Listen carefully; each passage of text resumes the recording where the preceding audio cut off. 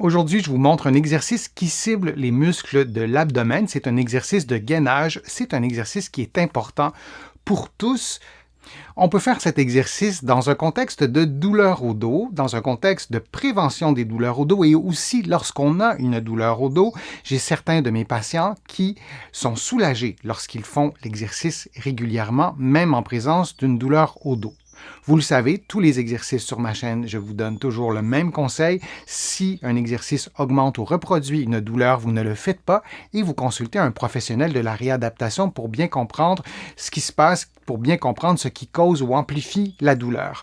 Lorsqu'on a une douleur au dos, on peut avoir plusieurs raisons, plusieurs causes de cette douleur, donc c'est un terme qui est très générique, mais tout de même, lorsqu'on a une douleur au dos, en général, on gagne à stabiliser cette région-là, on gagne à tonifier la région de l'abdomen, c'est-à-dire les muscles de l'abdomen qui sont situés à l'avant, mais aussi les muscles qui sont situés à l'arrière et sur le côté. Et lorsqu'on fait l'exercice, on respire librement, idéalement on contracte les muscles du plancher pelvien.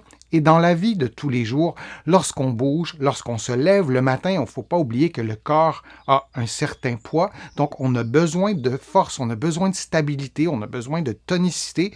Et donc, dans la vie de tous les jours, les contractions que j'ai présentées sont utilisées. Elles se font automatiquement, on n'en a souvent pas conscience, mais on a besoin d'avoir des muscles qui réagissent rapidement et cet exercice permet de réveiller certains muscles. Évidemment, on a besoin d'un programme d'exercice complet, on a besoin d'un suivi thérapeutique, on a besoin parfois de modifier certaines habitudes de vie, parfois d'en prendre de nouvelles.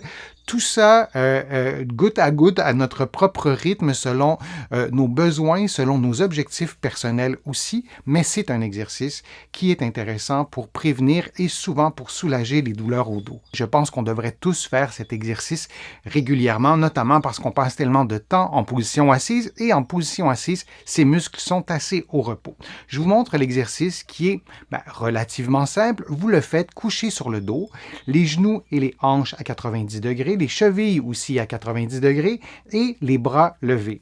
Et vous dirigez un bras vers l'arrière et une jambe opposée vers l'avant, comme vous le voyez, et vous revenez à la position de départ et vous alternez entre le côté gauche côté droit.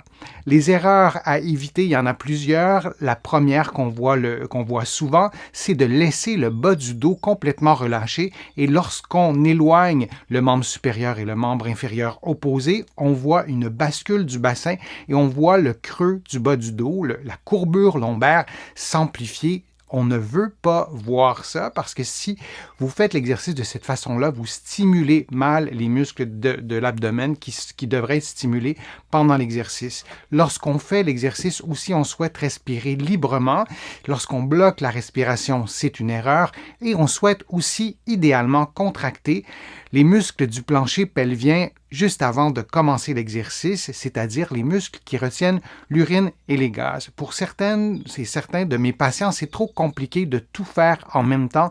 Lorsqu'on est à l'étape de se familiariser avec l'exercice, je vous propose d'y aller donc par étapes. Lorsque vous serez familiarisé avec l'exercice, vous pourrez rajouter la contraction du plancher pelvien et vous assurer que vous ne bloquez pas la respiration et que vous maintenez votre bassin immobile durant l'exercice pour éviter une bascule du bassin et une amplification de la courbure lombaire. Les paramètres de l'exercice, vous faites l'exercice environ une dizaine de fois, vous répétez cet exercice peut-être 3 séries et vous l'alternez avec un autre exercice qui cible ou non les muscles de l'abdomen.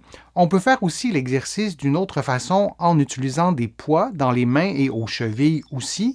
Je vous déconseille de faire l'exercice de cette façon si vous n'êtes pas familier et familière avec l'exercice d'une part et si vous n'avez pas un minimum de force au niveau des muscles de l'abdomen parce que ce sera très difficile de faire l'exercice correctement si vous prenez des poids dès le début de l'exercice. Au départ, ce n'est pas nécessaire.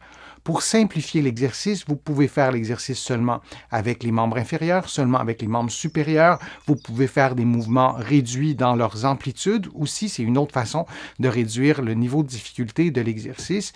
Vous faites l'exercice un jour sur deux et vous l'intégrez à d'autres exercices à l'intérieur même d'un programme que vous aurez structuré vous-même. Vous allez en trouver plusieurs sur ma chaîne YouTube. Vous allez aussi trouver plusieurs informations sur mon site web, le www.denisfortier.ca. Il y a aussi beaucoup d'autres informations et d'autres exercices dans mes livres que vous pouvez trouver partout au Canada, en librairie et sur le web. Et mes livres sont aussi accessibles de l'autre côté de l'Atlantique, là aussi en librairie et sur le web. Je vous remercie.